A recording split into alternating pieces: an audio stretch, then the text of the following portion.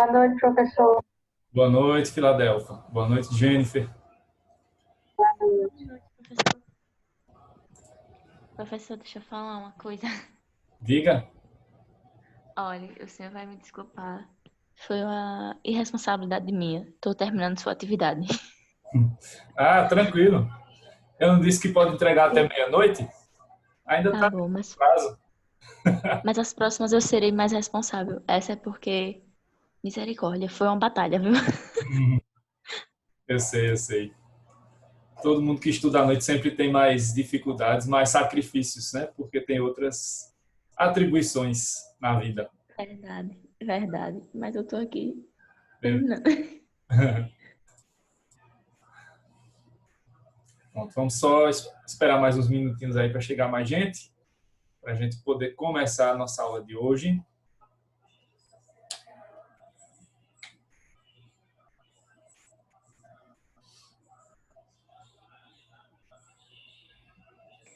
Professor, confesso que eu tô com medo da prova do senhor. Mas assim, eu, eu tava lendo essa atividade e achei até fácil. Assim, porque quando eu peguei de cara que eu bati o olho, eu disse, valeu, senhor. Mas quando eu fui lendo, achei até fácil, né? Mas ainda tô com receio da sua prova. Não, mas não faz medo não. Agora é como eu estou dizendo, né? Tem que começar a estudar logo, como vocês já estão fazendo, né? Que aí não vai acumular assunto para quando chegar mais próximo, né? E aí quando chegar mais perto da prova, vocês só vão fazer a revisão, né? Estudar aqueles últimos assuntos que vão sendo dados ali na última semana e vão revisando o que já foi visto, né? Sim. A prova vai ser pelo calendário tem lá, de 21 a 25 de setembro, né? É, aí vai ser na quinta-feira, que é dia 23, deixa eu ver aqui. 24, não? É, Se é 21 a 25 é 24. 24, vai ser no 24. O 22 é a terça-feira, é a revisão para a prova, e o dia 24 a prova. Ah, vai seguir essa data mesmo, né? A CUNE. Uhum, Tá certo. tudo certo, tudo mantido. Tá bom. Uhum.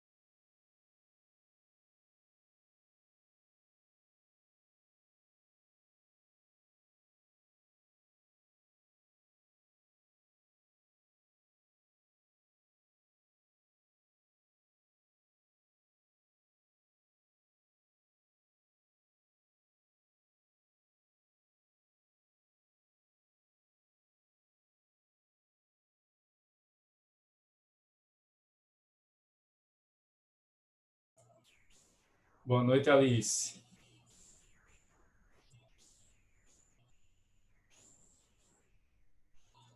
Vocês tiveram alguma dúvida aí sobre a concepção cultural? Ficou alguma coisa que não ficou bem clara no final da aula da terça-feira?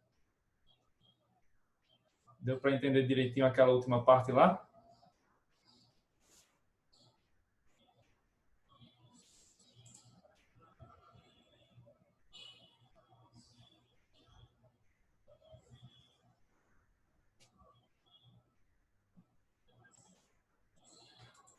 Beleza.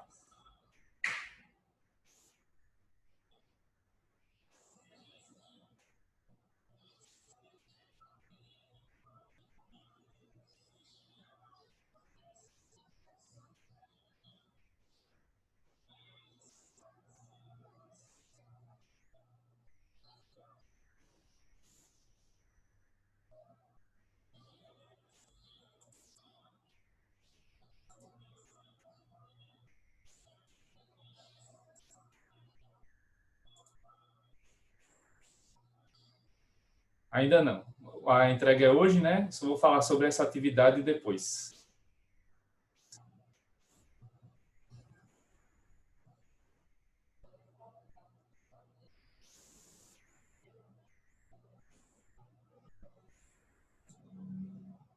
Nada.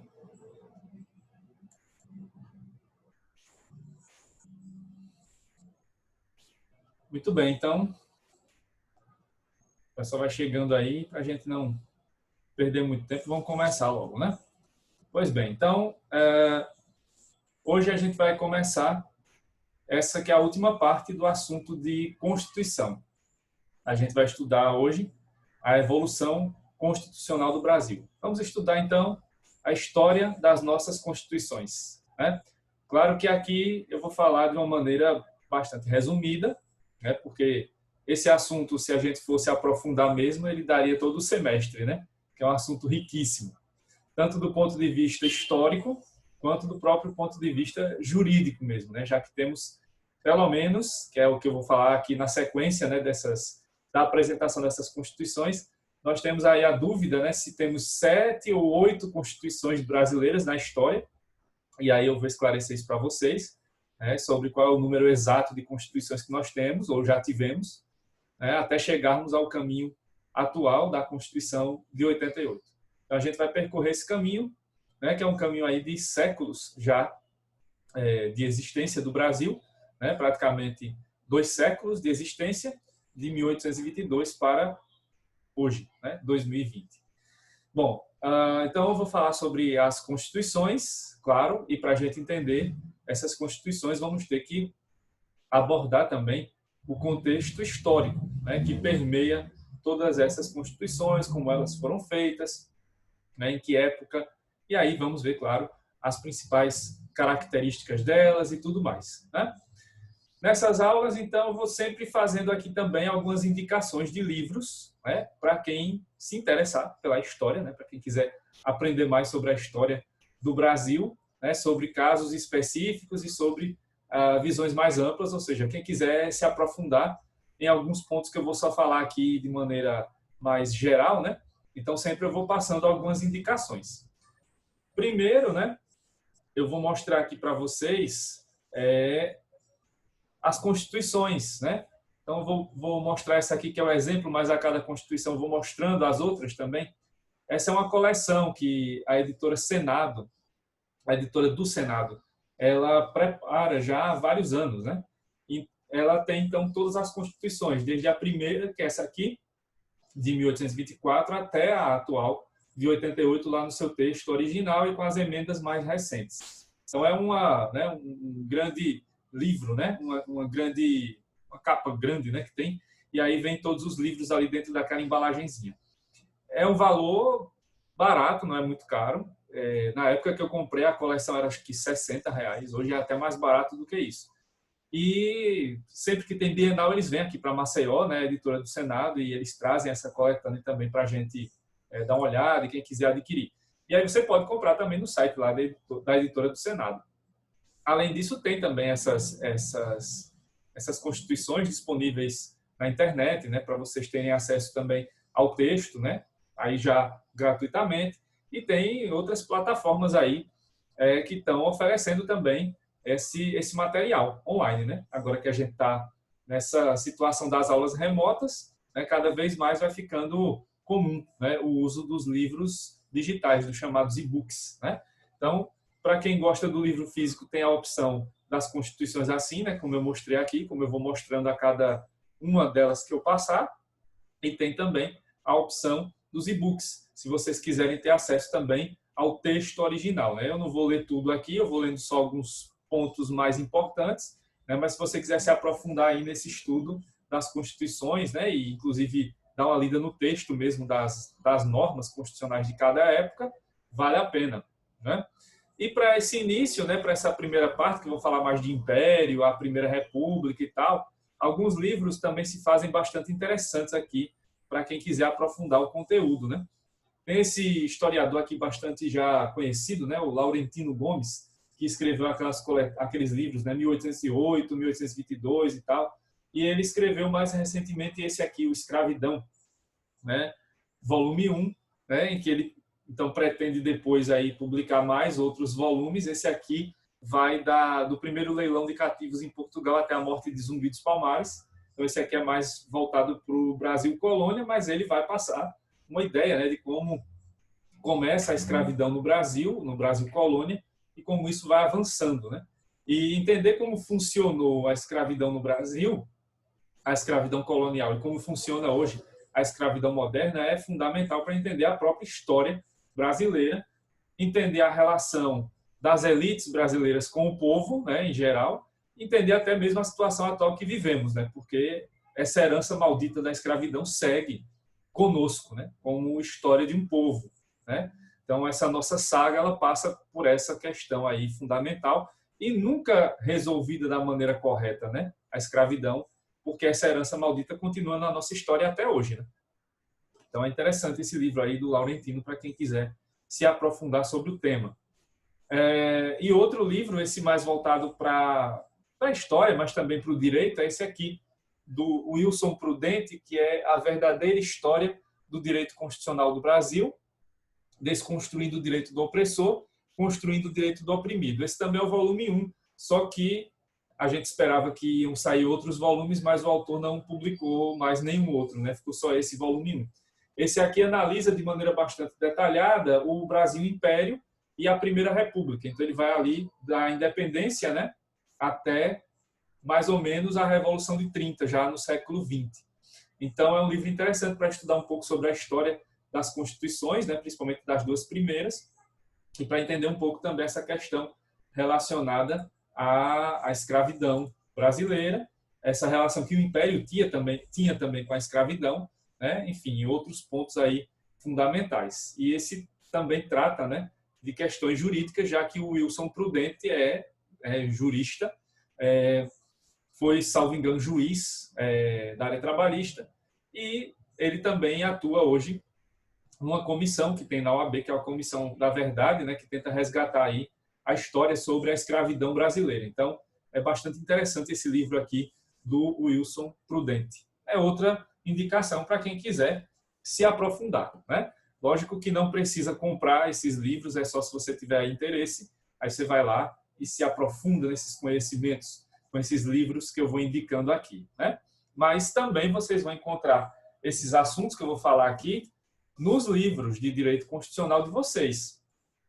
Geralmente, os autores de constitucional, eles destinam um capítulo específico, né? Eles deixam um capítulo só para falar disso. E aí vocês vão ver que o capítulo vai estar escrito, né, vai estar com um título assim, Evolução Constitucional do Brasil, História das Constituições Brasileiras. Geralmente vem com esses nomes, né? O trecho do livro, o capítulo que trata desse ponto, né? Que é, então, o nosso último aqui, o nosso último assunto nosso último ponto, né, desse assunto de Constituição. Então, vale estudar essa parte histórica. Vocês têm a disciplina História do Direito, que eu acho que começa amanhã, né? A parte da EAD. Então, a professora Wilaine já gravou aí o material de alta qualidade aí para vocês, que a Wilaine é ótima professora, né? E, com certeza, vocês também terão outros pontos aí a ser destacados na História do Direito, né? Nessa disciplina específica. Mas aqui é uma partezinha também de História, né? E que envolve aqui a Constituição e que, como eu disse, né, é essencial. A gente estudar a história, né, das nossas constituições é essencial para a gente entender, né, como o Brasil surgiu como país e como ele foi evoluindo até chegar aos dias de hoje, né? E estudar o passado é sempre importante para entendermos o presente e não repetirmos os mesmos erros no futuro, né? Isso é fundamental para um povo, né, conhecer a sua história. Pois bem, agora que já tem mais gente por aqui, que eu já fiz a devida apresentação básica, né? A gente vai agora para os pontos fundamentais da aula de hoje, né? Então, a gente começa aqui na nossa ordem cronológica com a nossa primeira Constituição, né, que foi a Constituição de 1824. Essa Constituição foi a primeira da história do Brasil e foi a única do Império, né? Então, durante todo o Império Brasileiro, durante toda a fase em que o Brasil esteve ali sendo governado por reis, né, por imperadores, o Brasil só teve uma Constituição, que foi essa de 1824, né, que é essa aqui que eu vou, né, sempre mostrando para vocês. Então, essa Constituição aqui que tem na capa, né, o Dom Pedro I, na foto clássica, né, que a gente sempre vê lá nos quadros e tal, desde aquele quadro clássico, né, da reprodução livre, né, da independência, né, do tal momento lá do grito de independência ou morte às margens do rio Ipiranga, que os historiadores já dizem que não é mais daquele, né, que não é daquele jeito, enfim. Mas, né, tem essa foto clássica aqui, mas tem a outra, né, que foi aí fruto de pesquisas científicas, saiu recentemente, né, algum tempinho atrás, a foto que está aí, acho que à esquerda de vocês, né, desse senhor aí com a barba rala, né, os cabelos pretos e a barba rala, é a foto do que seria o original Dom Pedro I, né? Não seria nem de longe, né? Não seria muito parecido com esse da figura aqui que eu mostrei para vocês, nem parece nem de longe com o da novela, né? Que ainda está passando por aí, essa representação romântica do Dom Pedro, né? Que nem de longe era daquele jeito, nem nos seus atos e nem na forma, na aparência física, né? Ele era bem diferente. E aí à direita está o Dom Pedro II, né? Já numa das fotos clássicas dele, né? Que foi o imperador que, né, foi o que governou o Brasil por mais tempo, né? Foi o filho do Dom Pedro I. Pois então, temos aí essa Constituição, né? Que foi a primeira. E aí, para a gente entender como é que ela surge, né? Vale voltar um pouquinho no tempo, né? Para a própria independência do Brasil, 1822, né? O Brasil se torna independente de Portugal em 1822, né? E o Brasil é um caso raro aqui na história da América Latina, porque os países que se tornaram independentes aqui, os nossos vizinhos, todos foram por meio de revoluções, né? Foram processos de ruptura e houve batalhas com o Império Espanhol, né? E com as outras potências europeias que estavam aqui colonizando esses territórios, né? Então, houve desde os Estados Unidos até a Argentina, né? Praticamente todos os países se tornaram independentes por meio de um processo revolucionário, né? Mas o Brasil foi a exceção, porque não houve revolução, né? O Brasil foi o único país aqui que, né, se tornou independente e ele deixou de ser um império, né? Deixou de fazer parte do império lá de Portugal para se tornar um império, né? O Brasil, então, mudou, começou ali já na independência a sua característica básica, né, como país. O Brasil é o país que muda para não mudar, né? Então o Brasil mudou, né, deixou de ser colônia, virou um país independente, mas a sua forma de governo principal vai continuar sendo a monarquia, né? Então o Brasil deixou de ser um império, deixou de fazer parte de um império para ser um império, né? E quem passa a ser o rei do Brasil? Quem passa a ser o imperador do Brasil? O filho do imperador de Portugal. Então, não houve aqui nenhum processo revolucionário. No máximo, o que pode ter havido foi um ato de rebeldia aí do filho contra o pai, o que não se configurou de fato, né? Não foi isso que aconteceu, né? Então, sendo muito benevolente, poderíamos até levar em consideração isso, mas não aconteceu isso. Foi uma ruptura que, do ponto de vista aí ali da elite, né, da família real, não houve uma ruptura, né, violenta. Agora, claro, houve vários movimentos aqui no Brasil contrários, né, à independência, inclusive, e contrários à forma pela qual o Brasil se tornou independente para ser um império, né, porque anos antes tinha havido a Revolução de 1817 aqui em Pernambuco, né, que implantou por alguns dias a República, né. Então, até depois dessa revolução, o resultado vai ser a ruptura, né, que o Dom João VI separa um pedaço da capitania de Pernambuco que vai se tornar Alagoas, né, que aí é que surge Alagoas. Então, tem todo esse momento aí histórico, né, que foi conturbado, mas essas revoluções não atingiram aí a elite, né? Não foi o Dom Pedro I que foi o chefe dessas revoluções, né? Não foi ele que levou adiante essas ideias, não. Né? Aí tivemos revoluções populares que depois foram abafadas pelo próprio governo que começava a se instituir.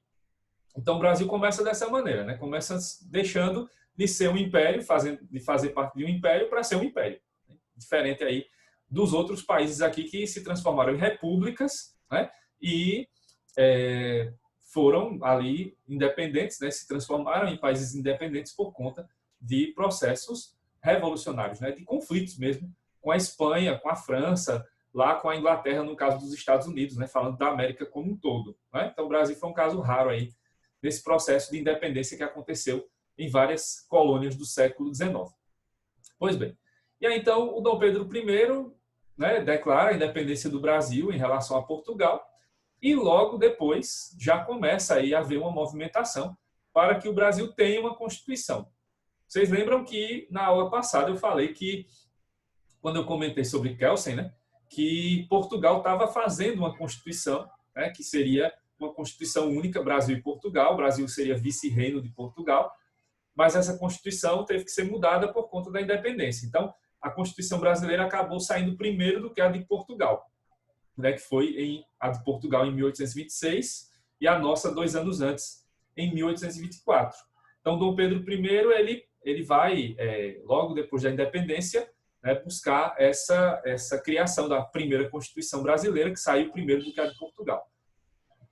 Saiu primeiro porque, como vocês vão ver agora, né, que eu vou explicar, a Constituição brasileira, ela começou até sendo discutida de maneira democrática e tal, mas chegou a um certo ponto que ela desagradou o rei, e aí o Dom Pedro I dá ali um primeiro golpe, né, fecha a Assembleia Constituinte e cria uma Constituinte dele, né, para fazer a Constituição do jeito que ele queria.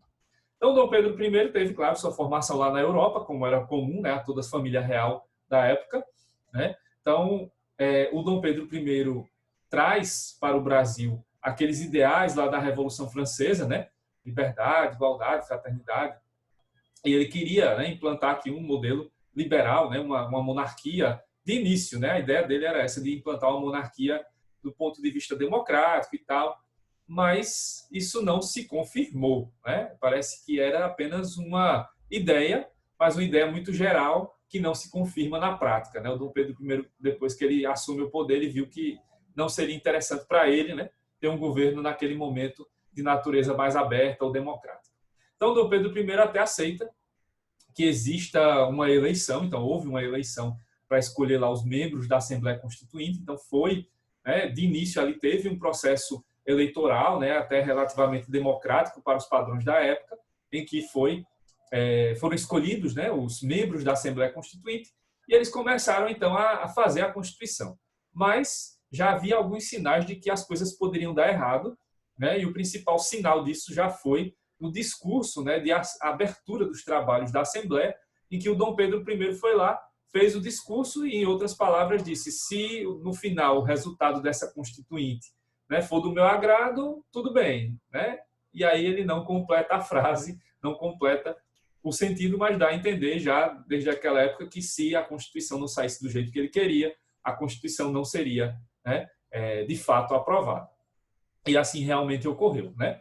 Em 1823, a Assembleia Constituinte trabalha, né, e começa a haver uma certa rivalidade, ali, certo atrito, né, entre o Dom Pedro I e os constituintes. E aí o que acontece? Os constituintes apresentam, né, o projeto final da Constituição, da primeira Constituição, da Constituição que seria a original, e ele previa um modelo parecido, por exemplo, com o modelo inglês, que seria um modelo de monarquia parlamentarista, em que o parlamento teria poder, né, forte e limitaria os poderes do rei.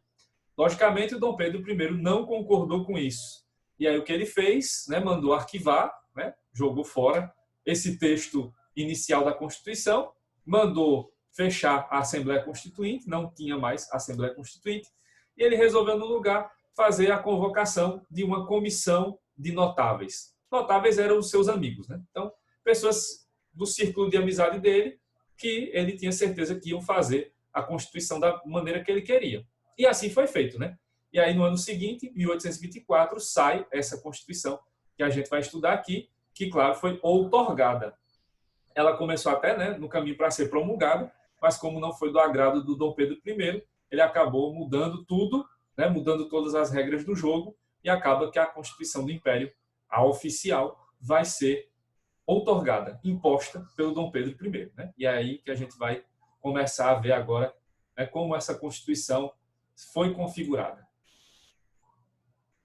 Bom, primeiro, lembrando, né, de algo que eu já falei aqui, essa Constituição ela tinha caráter semi-rígido ou semi-flexível, e ela foi a única da nossa história que teve essa característica. Né? Então, lá quanto à estabilidade, essa Constituição tinha uma parte rígida, que só podia ser mudada por meio de emendas, e outra flexível, que podia ser mudada livremente. Isso está no texto da Constituição de maneira bem clara, no artigo 178. Deixa eu ler aqui para vocês.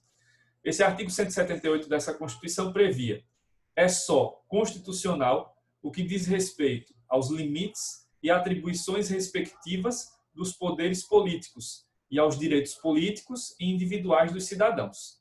Tudo o que não é constitucional pode ser alterado sem as formalidades referidas pelas legislaturas ordinárias. Então, o conceito, né, da semi-rígida e semi-flexível aparece bem claramente aqui. Então, a parte lá, né, da organização do Estado, direitos individuais, que são os direitos fundamentais, isso só pode mexer por emenda. Já as outras partes aí podiam ser mexidas por leis ordinárias, né, pelas legislaturas ordinárias, como o texto da Constituição previu. Então, essa Constituição teve essa característica, né? Ela tem alguns pontos aí que a tornam única, né, na história. Então, esse é um deles, o caráter semi-rígido ou semi-flexível, porque depois não vamos ter mais nenhuma com essa natureza, né? Essa foi a única. E outra marca registrada dessa Constituição do Império foi essa aí, dos 4 poderes. A gente sempre ouve falar de 3, né? Executivo, legislativo e judiciário. Mas essa Constituição tinha um 4º poder, que era o poder moderador, certo? Mas antes de falar do moderador, vamos falar dos outros 3, né? Porque aí dá para entender melhor como funcionava a dinâmica aí dos poderes e como se organizava o Estado, no caso específico do Brasil Império. Então, o poder executivo, né? Começando aí desses 3 que a gente sempre conhece, aí que a gente já ouviu falar várias vezes, o poder executivo era exercido pelo rei, né? Rei, claro, não tem vice, né? Então, era só o rei mesmo.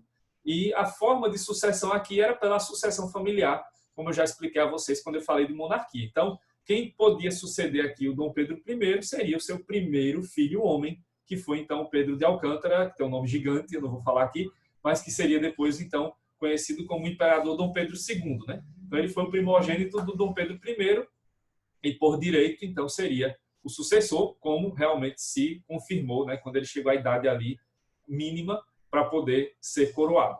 Então, o executivo era exercido apenas pelo rei. E como a monarquia brasileira não foi parlamentarista, o parlamento tinha outra função, né? Não era de governar. Então, só quem governava era o rei. O Dom Pedro I, nos primeiros anos, depois teve lá a fase da regência, né, que foi uma fase de transição, e depois o Dom Pedro II, que teve o segundo reinado, que foi mais longo, né, até que houve lá a proclamação da República. Depois a gente vai ver isso. Então, o executivo era exercido apenas pelo rei. Né?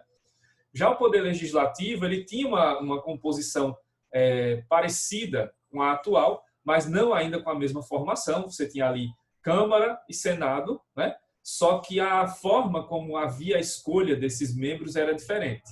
Daqui a pouco, quando eu falar das eleições, vocês vão entender melhor como é que se elegia um deputado na época. Né? Mas os senadores, por exemplo, eles não eram eleitos, eles eram indicados pelo rei.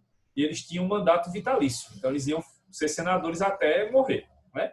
Então, o Senado, né, não tinha eleições para senador, as eleições eram apenas para deputados e com as regras que a gente vai ver daqui a pouco, certo? Então, a nível nacional tinha ali, né, não era um congresso, mas era Câmara, Senado, com funções específicas.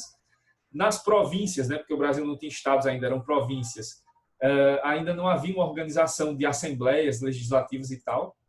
Né? Você tinha algumas câmaras, mas não ainda da maneira que conhecemos hoje, e tínhamos nas cidades, né, que ainda não eram vistas como cidade, mas como paróquias. Aí você tinha lá assembleias paroquiais, né, que tínhamos ali o que hoje chamamos de vereadores, mas com uma organização diferente, era século XIX ainda, o Brasil ainda estava em formação. E o poder judiciário também, né? Era bem rudimentar ainda, era bem primitivo, não tinha essa organização que a gente conhece hoje. Nós tínhamos um órgão superior, que era o Supremo Tribunal de Justiça, nem existia ainda o Supremo Tribunal Federal, então existia o Supremo Tribunal de Justiça, que era um órgão que não confundam, né, com o STJ de hoje, o Superior Tribunal de Justiça era diferente, né? E ele era como a corte máxima e tal, né? Mas ele podia sofrer interferências do rei, como a gente vai ver, e não havia ainda a organização de tribunais estaduais, né, nem provinciais, então havia ainda uma organização muito rústica com juízes locais e tal, então não tínhamos ainda o poder judiciário realmente organizado nessa época. Mas tínhamos, né, então aí configurados os três poderes. Mas o principal poder nessa época não era nenhum desses três, e sim era o poder moderador. E quem exercia o poder moderador na Constituição do Império? O rei, né? Então o rei acumulava dois poderes, o poder executivo e o poder moderador. Mas de que tratava, né, o poder moderador? Ele se relacionava a quê? Bom, o poder moderador ele foi criado ali, né, na época da Revolução Francesa, né? Houve um pensador, Benjamin Constant, que ele tinha idealizado esse modelo, né, de existir um quarto poder, o poder moderador. Mas a ideia do Benjamin Constant não era uma ideia de você trazer um poder para ser concentrado nas mãos de uma pessoa, e sim para distribuir esse poder e reforçar mais ainda aquele modelo clássico chamado de modelo de freios e contrapesos, né, em que um poder controla o outro.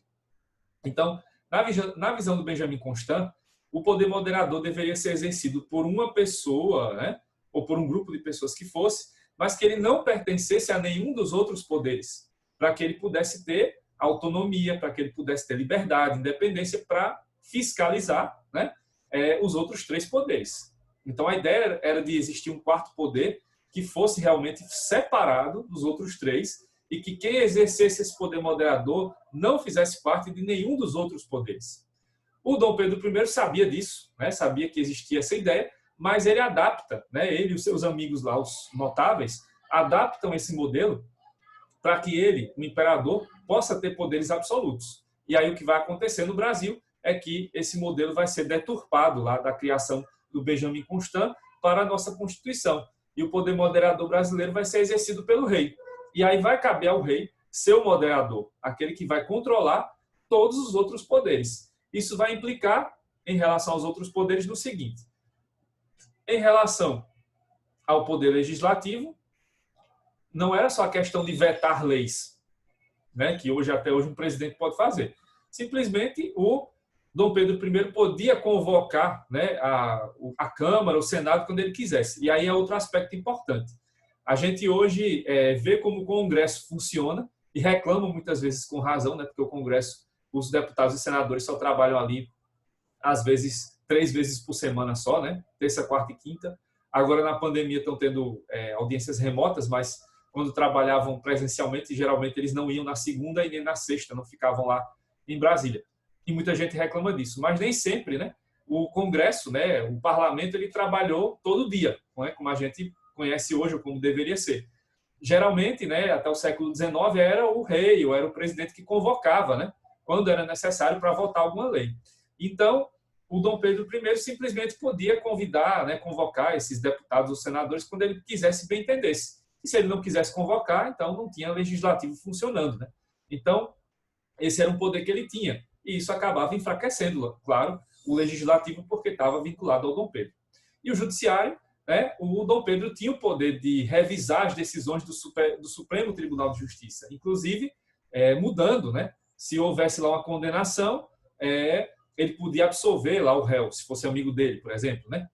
E se o réu fosse absolvido, ele podia transformar a pena lá para ele ser considerado culpado, se fosse, por exemplo, o inimigo ou opositor do rei. Então, isso era possível. Então, o poder moderador acaba trazendo essa característica para o Império Brasileiro de um governo absolutista, de um governo autoritário, né? Então, durante o Império não houve democracia. Era um império marcado pelo absolutismo, né? Por um governante autoritário. O Dom Pedro I mais do que o Dom Pedro II, mas o Dom Pedro II, quando foi necessário, também usou o poder moderador e também fechou o regime. Então, democracia não teve, não. Só havia liberdade quando o rei queria, já que ele era quem controlava todos os outros poderes, né?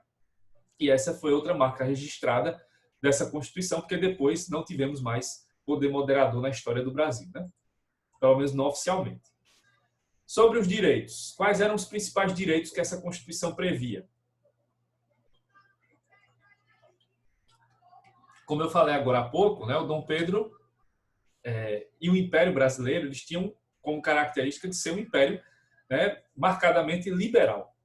Então, por essa razão, vão aparecer aí direitos de liberdade, né? Então, os principais direitos são liberdade, segurança e propriedade. Isso no papel, né? De fato, qual é o principal direito? Qual é o único aqui que vai ser sempre obedecido? Propriedade, né? O Brasil sempre vai ter nas suas constituições o direito de propriedade e, nesse tempo, propriedade era uma coisa sagrada. E a propriedade era sobre bens, sobre coisas e sobre pessoas. Por isso que eu coloquei aí embaixo já o quadro famoso, né? Um dos quadros famosos do pintor francês Debré, né? Porque essas pessoas, né, que estão aparecendo aí, uma delas, né, sendo, né, já ali com toda essa agressão, né, de ter um tronco entre as pernas, de ter as mãos amarradas e um capataz ali pronto para bater nela, o escravo, né, os negros no Brasil, eles eram propriedade, já que eles eram coisa, né? Eles não eram nem pessoas nessa época. Então, por essa razão, a propriedade era vista como um direito sagrado, inclusive essa propriedade sobre pessoas, ou seja, o direito de propriedade sobre os escravos, né? E aí, segurança, né? Segurança não era, como a gente vê hoje, segurança pública, né? Não tinha ainda polícia, exército organizados, como a gente conhece hoje. Ainda o Brasil estava em construção. Essa era uma ideia de segurança privada, né? Cada um cuidando da sua segurança, né? Era mais essa ideia que tínhamos na época. E aí eu já deixei até em destaque aí o liberdade, porque esse direito de liberdade não vai conviver, né, de maneira harmônica aí com o país, né, com a sociedade da época. Por quê? Em primeiro lugar, durante todo o Império, houve a escravidão. Então, liberdade para quem? Né? Para os escravos? De jeito nenhum, né? Nem de longe para eles, né? Para os brancos, havia, desde que você não fosse contrário ao rei, né? Se você fosse opositor, seria perseguido e seria preso, e haveria ainda uma pena, né, que era bem bizarra, do degredo, né, em que as pessoas eram mandadas para a Amazônia. O degredo no Brasil era esse, né? Então a pessoa era exilada dentro do próprio Brasil e era mandada para a Amazônia, por exemplo, né? Porque era um lugar ainda praticamente inabitado, né? Só tinha lá as comunidades indígenas. Então, no entendimento deles na época, né, do sistema penal brasileiro, essa seria uma pena gravíssima, né? E então, para levar as pessoas para lá, para ficarem longe, né, do contato com as cidades maiores e com a capital, que era o Rio de Janeiro. Então, a escravidão foi essa marca, né, do Império. Vocês sabem que houve várias leis, né, que tentaram aí inibir o tráfico e mudar as questões da escravidão, mas aí surge, né, o ditado para inglês ver. As leis sobre escravidão no Brasil eram só para, né, agradar ali os ingleses que eram contra, né, a escravidão, porque o Brasil vai ser o último país aqui do mundo ocidental a abolir a escravatura, só em 1888, né, depois de muita luta do movimento abolicionista, né, e não foi, claro, uma dádiva da princesa Isabel, longe disso, né.